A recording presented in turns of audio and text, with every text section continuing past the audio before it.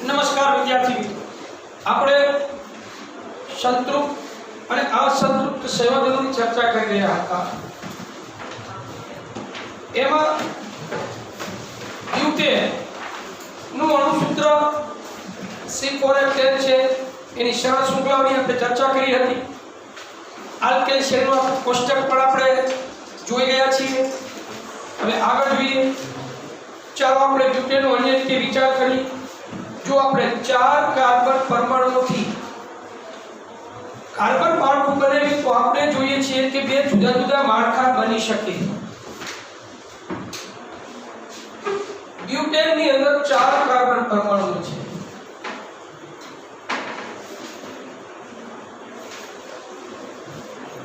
આ એનું આણ્વીય સૂત્ર છે। એમાં 4 કાર્બન પરમાણુ છે તો એના બે માળખા બનાવી શકીએ। એક 4 કાર્બન એકલ બંધથી જોડાયેલા હોય અને બીજું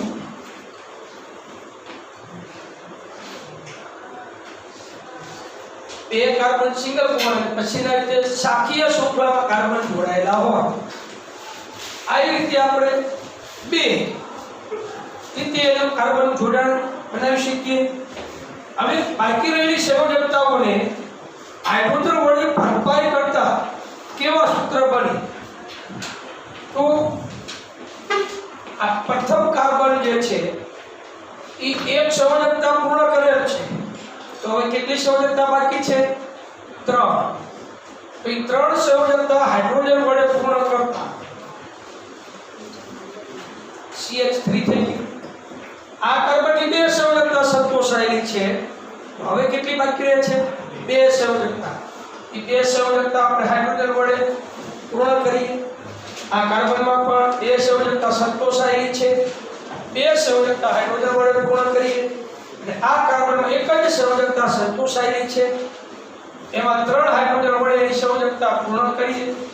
એટલે આ છે બ્યુટેનનું બંધારણીય સૂત્ર જે સરળ શૃંખલામાં છે। સરળ શૃંખલા આ બાજુ જુઓ, અહીંયા કાર્બન છે શાખીય શૃંખલામાં જોડાયેલા છે। આ કાર્બન એક સંયોજકતા સંતોષાયેલી છે। હવે 3 સંયોજકતા એ હાઇડ્રોજન વડે સંતોષતા કાર્બનની 4 સંયોજકતા પૂરી થઈ જાય। આ કાર્બનની એક સંયોજકતા હાઇડ્રોજન થી લઈએ તો 4 સંયોજકતા થઈ ગઈ। આ કાર્બનમાં આપણે 4 સંયોજકતા પૂર્ણ કરો, 3 હાઇડ્રોજનની સંયોજકતા પૂર્ણ કરી તો સંતોષાઈ શકીએ। અહીંયા એક સંયોજકતા કાર્બનની સંતોષાયેલી છે, બાકીની 3 સંયોજકતા હાઇડ્રોજન વડે આપણે પૂર્ણ કરી તો આ રીતે શાખીય શૃંખલા યુક્ત આપણે આ હાઇડ્રોકાર્બન સંયોજક પ્રાપ્ત થાય છે। તો આપણે જોઈ શકીએ છીએ કે બંને બંધારણો, આ બે બંધારણોના સૂત્ર આણ્વીય સૂત્ર કયા છે? તો આનું આણ્વીય સૂત્ર C4H10 છે અને આનું પણ શું હશે? બેના સૂત્ર C4H10। તો મતલબ એ થયો કે આણ્વીય સૂત્ર સમાન હોય। અહીંયા આજે બંધારણ લખ્યો છે આપણને,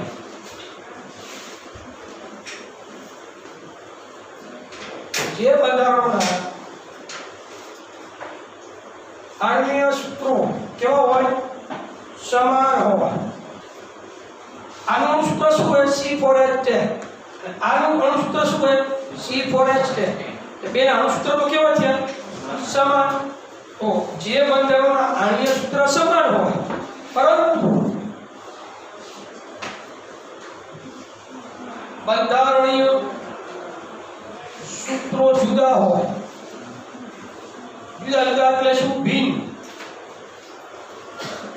જુદા જુદા ભિન્ન હોય તો તેવા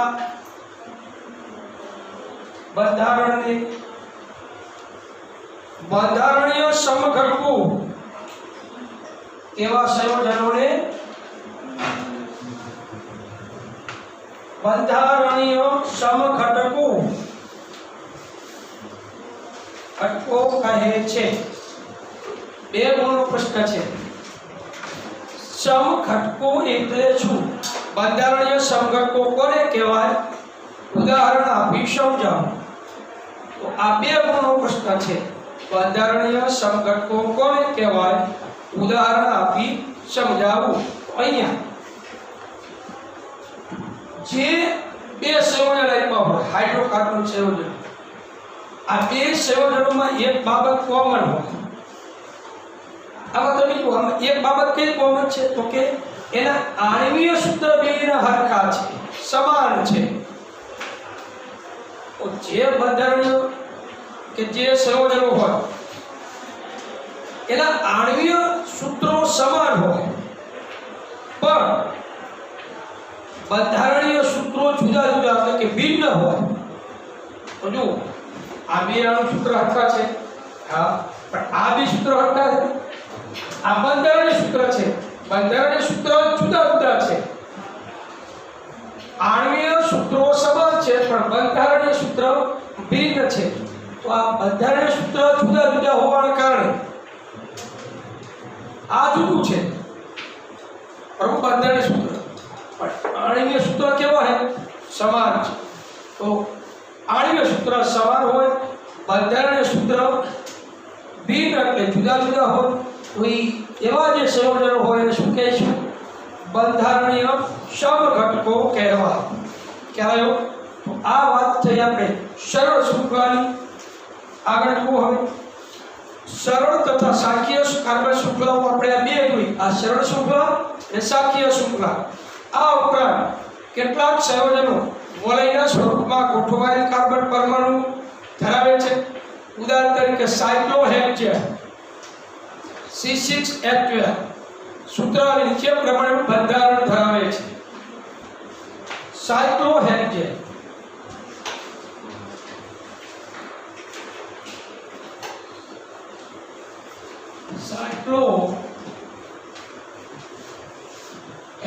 એનું સૂત્ર है C6H12 હવે साइक्लोहेक्सेन हेक्सेन નું સૂત્ર C6H12 है પણ હેક્સીન જે છે દ્વિબંધ ધરાવે. બીજું હેક્સીન હોય C6H12 આ બે સૂત્ર હરખા છે પણ આ છે અસંતૃપ્ત છે. કેવું है? असंतृप्त. આ છે સંતૃપ્ત છે. કેવી રીતે? આને તમે આમ લખો 6 કાર્બન છે, 6 કાર્બન એટલે હાઇડ્રોજન કેટલા? 12.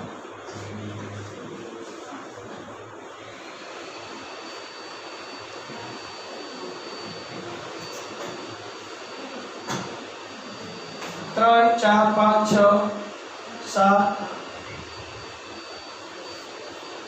8, 9. હવે 1, 2, 3, 4, 5, 6, 7, 8, 9, 10, 11, 12 હાઇડ્રોજન થઈ ગયા. આ કાર્બન ને આ કાર્બન સંયોજક 3 3 છે. જુઓ 1, 2, 3, 1, 2, 3. આ બે વચ્ચે શું આવશે? દ્વિબંધ આવશે, ડબલ બોન્ડ.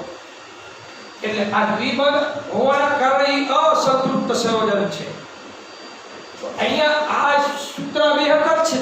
આણ્વીય સૂત્ર સમાન છે પણ આ છે કેવું है? સંતૃપ્ત છે. આ દ્વિ કેવું है?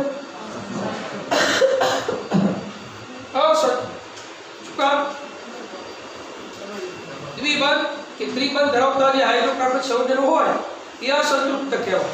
એટલે આમાં દ્વિબંધ ધરાવે એટલે અસંતૃપ્ત છે.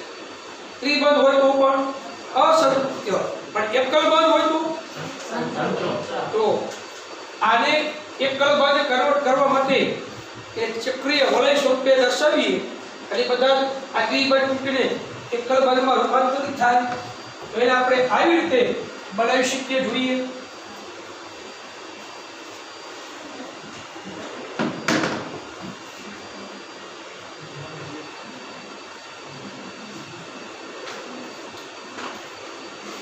કાર્બન પ્લસ સરળ શૃંખલામાં હતા.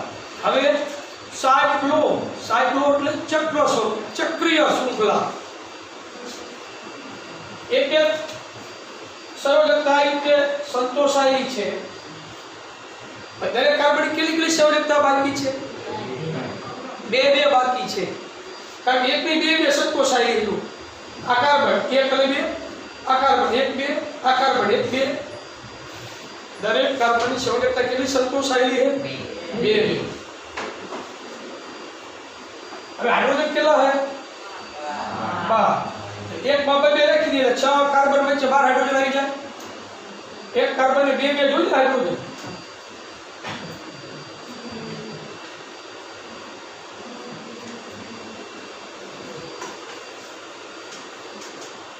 बराबर 12 हाइड्रोजन थी गया। तो आमा क्या द्विबंध छे बने को छे? બધા એકલ બંધ છે, તો આ કયું સંયોજન કહીશું? સંતૃપ્ત છે। અણુસૂત્ર તો આ છે, જો હમણાં આપણું એ C6H12 પણ એ સરળ શૃંખલામાં હોય તો એ કેવું હોય? અસંતૃપ્ત। પણ એ ચક્રીય શૃંખલામાં લખીએ ત્યારે સંતૃપ્ત, એટલે કે દ્વિબંધ તૂટીને સિંગલ બોન્ડમાં રૂપાંતરિત થાય। ખ્યાલ આવ્યો? તો આ છે સાયક્લોહેક્ઝેનનું આ સમીકરણ છે। શું તમે સાયક્લોહેક્ઝેનમાંથી ઇલેક્ટ્રોન બિંદુ રચના દોરી શકો? સરળ શૃંખલા, સાયક્લીય શૃંખલા, ચક્રીય કાર્બન સંયોજનો તમામ સંતૃપ્ત અથવા અસંતૃપ્ત હોઈ શકે છે। ઉદાહરણ તરીકે બેન્ઝીન C6H6 નીચે પ્રમાણનું બંધારણ ધરાવે છે। બેન્ઝીન લખતા પહેલા આપણે એવું તમે સાયક્લોહેક્ઝેનમાંથી ઇલેક્ટ્રોન બિંદુ રચના દોરી શકો? આનું ઇલેક્ટ્રોન બિંદુ રચના દોરવાની આ સાયક્લોહેક્ઝેન છે। કેટલા કાર્બન છે?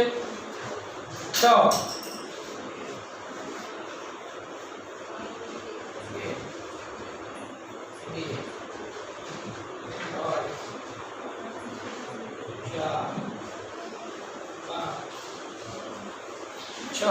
बराबर आ 6 कार्बन 1 2 3 4 5 અને 6 એવા બંધથી જોડાયેલા છે, સિંગલ બોન્ડ।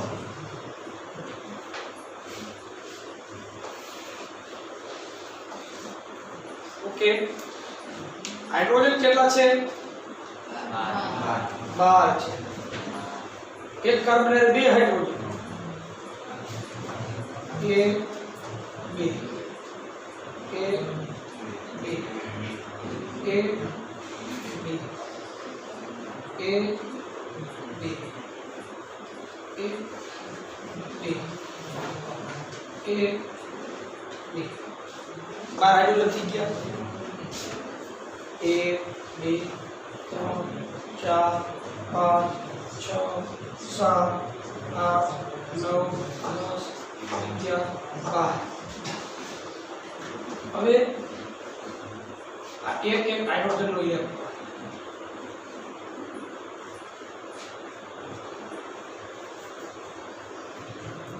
બિંદુ સ્વરૂપે જે ઇલેક્ટ્રોન છે હાઇડ્રોજન નો છે।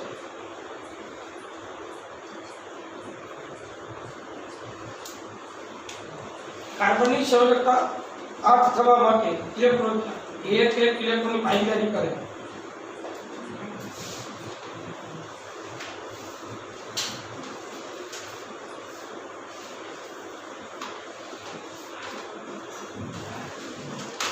આ ઇલેક્ટ્રોન બિંદુ રચના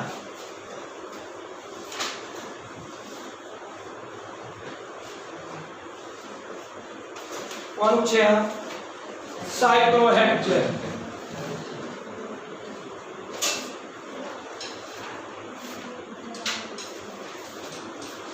ઇલેક્ટ્રોન બિંદુ નિરૂપણ છે।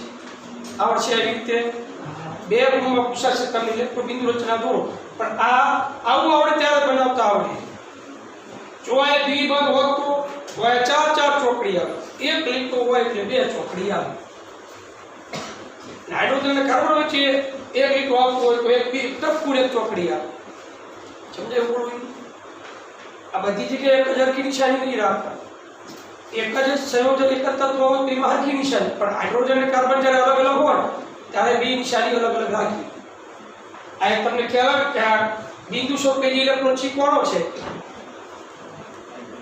હાઇડ્રોજનનો ઇલેક્ટ્રોન છે, ચોકડી રહી કાર્બનના ઇલેક્ટ્રોન છે. તો એ તો તમને ખ્યાલ, કાર્બન કાર્બન આયન બે ભાગી જાય તે બધી ચોકડી જ છે. તો એ બે કાર્બનના ઇલેક્ટ્રોન છે એટલે અલગ તત્વ પડતું હોય ત્યારે તમારે ઇલેક્ટ્રોનની રચના થતી વખતે અલગ અલગ નિશાની વડે દર્શાવવું. આ થઈ સાયક્લોહેક્સેન માટે એકબીજનું નિરૂપણ. હવે એક્ઝામ્પલ તરીકે આપણે બેન્ઝીન આપ્યું છે, એનું બંધન નીચે દર્શાવેલું. બેન્ઝીનનું અણુસૂત્ર છે C6.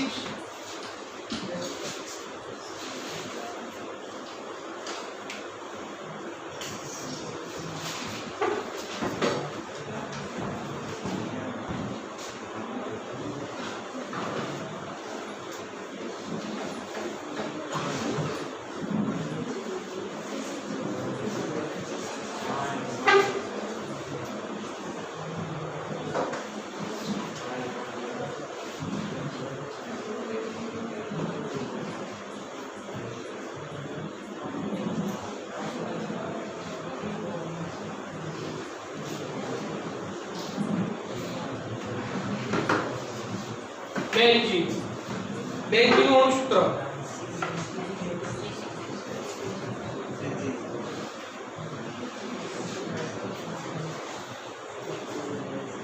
C6H6.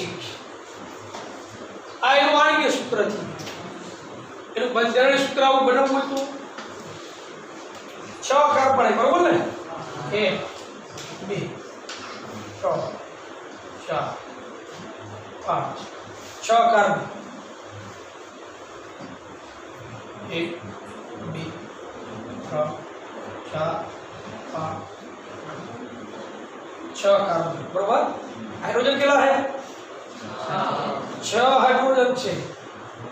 એક કાર્બન માં એક જ હાઇડ્રોજન આવશે.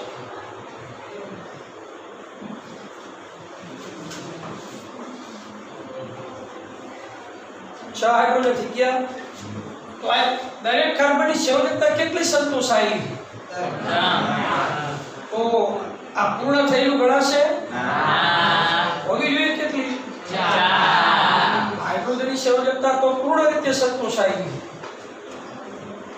હાઇડ્રોજનની સંયોજકતા પૂર્ણ રીતે સંતોષાયેલી છે, કારણ કે સંયોજકતા એક છે જે પૂર્ણ રીતે સંતોષાયેલી. પણ કાર્બનની સંયોજકતા 4 છે, એટલે 3 સંયોજકતા સંતોષાયેલી છે. 1 2 3 1 2 3 મતલબ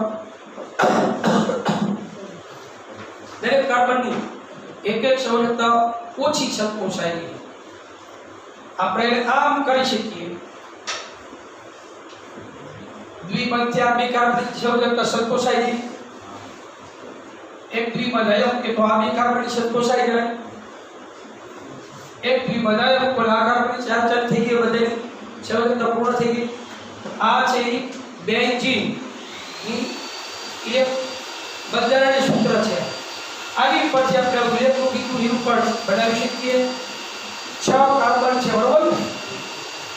1 2 3 4 5 6 કાર્બન.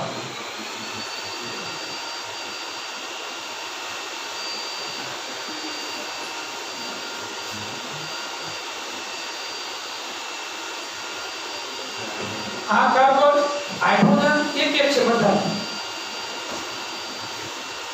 1 2 3 4 5 6 હાઇડ્રોજન.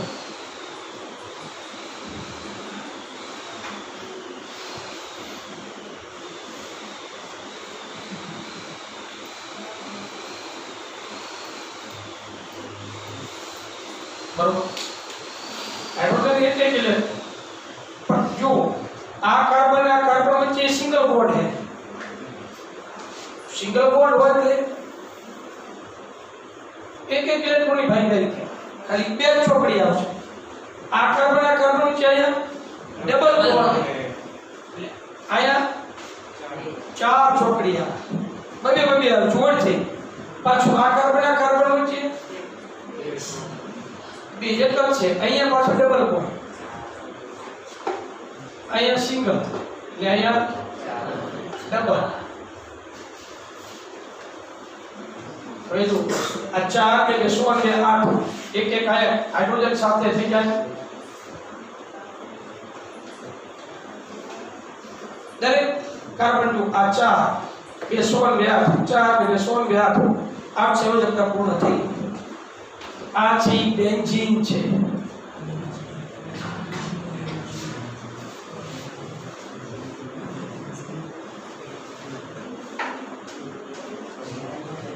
इलेक्ट्रॉन बिंदु निरूपण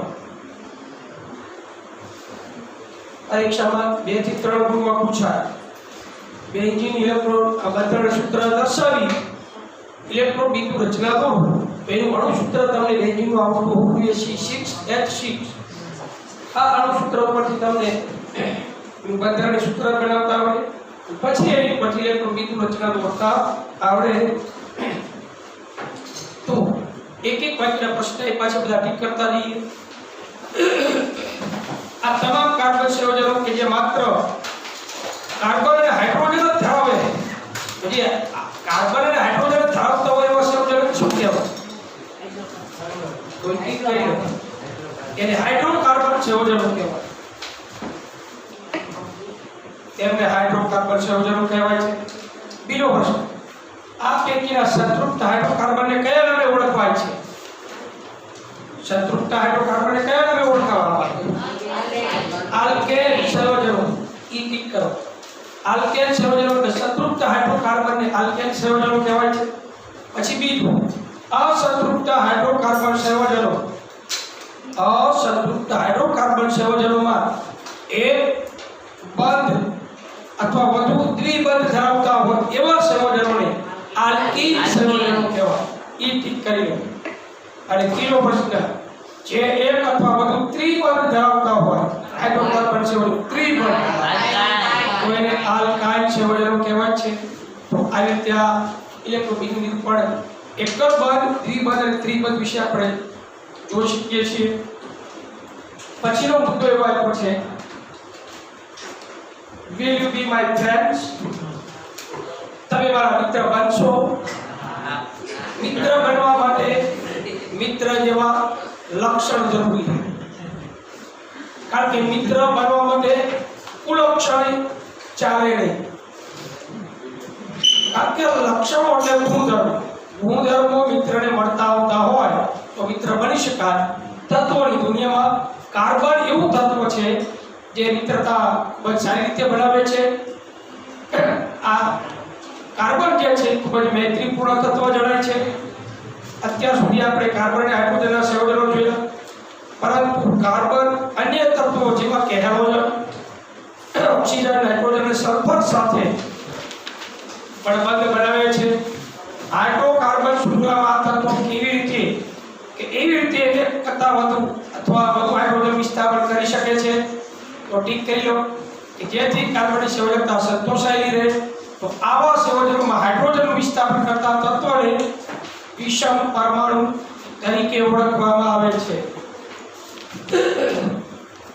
અહીંયા એવું હાઇડ્રોકાર્બન શૃંખલામાં આ તત્વો એવી રીતે એક અથવા વધુ હાઇડ્રોજનનું વિસ્થાપન કરી શકે વિસ્થાપન કરવું એટલે દૂર કરે સંયોજનમાંથી શું કરે દૂર કરે તો જે સંયોજનમાંથી દૂર કરે એને આપણે વિષમ પરમાણુ કહેવાય વિષમ ઝેરી પરમાણુ જે હાઇડ્રોકાર્બન સંયોજનમાંથી હાઇડ્રોજનને દૂર કરે છે તો ટીકેલો વિષમ પરમાણુ તરીકે ઓળખવામાં આવે છે આ વિષમ પરમાણુ કોષ્ટકમાં આપેલા છે એ પ્રમાણના કેટલાક સમૂહમાં પણ હાજર હોય છે આ વિષમ પરમાણુઓને તેમને સમાવતા સમૂહો સંયોજન વિશિષ્ટ ગુણધર્મો આપે છે કે જે કાર્બન શૃંખલાની લંબાઈ અને સ્વભાવ પર આધારિત નથી પોતાથી એને ક્રિયાશીલ સમૂહ કહે છે કેટલાક મહત્વના ક્રિયાશીલ સમૂહ કોષ્ટકમાં આપેલા છે સમૂહની મુક્ત સંયોજકતા અથવા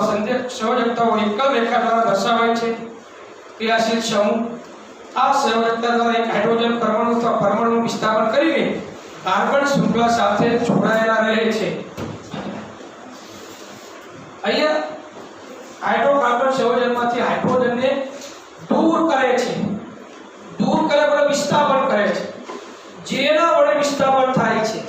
વિષમ પરમાણુ છે. વિસ્થાપન પામેલો હાઇડ્રોજન દૂર થાય તો એ દૂર થાય એટલે એની સંયોજકતા ખાલી પડે. એ સંયોજકતા જે પરમાણુનું વિસ્થાપન થયું છે એ પૂર્ણ કરે છે. તમે જો આલ્કોહોલ, હેલોજન, ક્લોરીન, બ્રોમિન છે હેલોજન તત્વો કહેવાય. આપણે આલ્કોહોલિક જે ક્રિયાશીલ સમૂહ છે OH અને આલ્કોહોલ કહેવાય.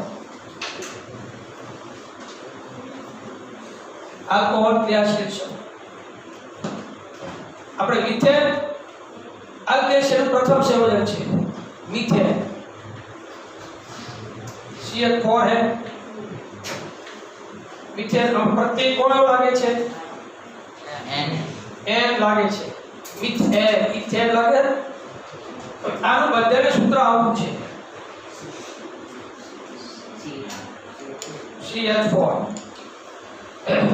મિથેનમાં રહેલા એક હાઇડ્રોજનનું વિસ્થાપન OH વડે કરવામાં આવે. વિસ્થાપન કરીને દૂર કર્યો હાઇડ્રોજન એટલે અહીં સંયોજકતા ખાલી પડી. યા કોણ જોડાણ થશે? OH. હાઇડ્રોજન દૂર થઈ ગયું. હાઇડ્રોજનનું વિસ્થાપન કરી જે વિસ્થાપન કરે એ સંયોજકતા પૂરી કરે. OH જે વિસ્થાપન કર્યું હાઇડ્રોજનનું એટલે કોણ જોડાયું? OH. હવે બીજું શું? CH3OH. આવું બીજું CH3OH બીજું મિથેન હતું. આ H હતો ત્યારે હવે N પ્રત્યય દૂર કરી અને અહીંયા શું લાગે? NO પ્રત્યય લાગે. શું લાગે? O પ્રત્યય. Methane O methanol. મિથેન. આલ્કેનનું બીજું સંયોજન કેવું હોય? આલ્કેનનું બીજું સંયોજન મિથેન પછી અણુ સૂત્ર C2H6 બરોબર. 2 કાર્બન અને હાઇડ્રોજન કેટલા? 6. આ રીતે બધાનું સૂત્ર એક હાઇડ્રોજન વિસ્થાપન કરી OH લાગે. આ લાગે એટલે સૂત્ર શું બને? CH3 CH2OH. આવું બને CH3 CH2OH બન્યું. ઇથેનોલ. N પ્રત્યય દૂર થઈ એનોલ લાગે.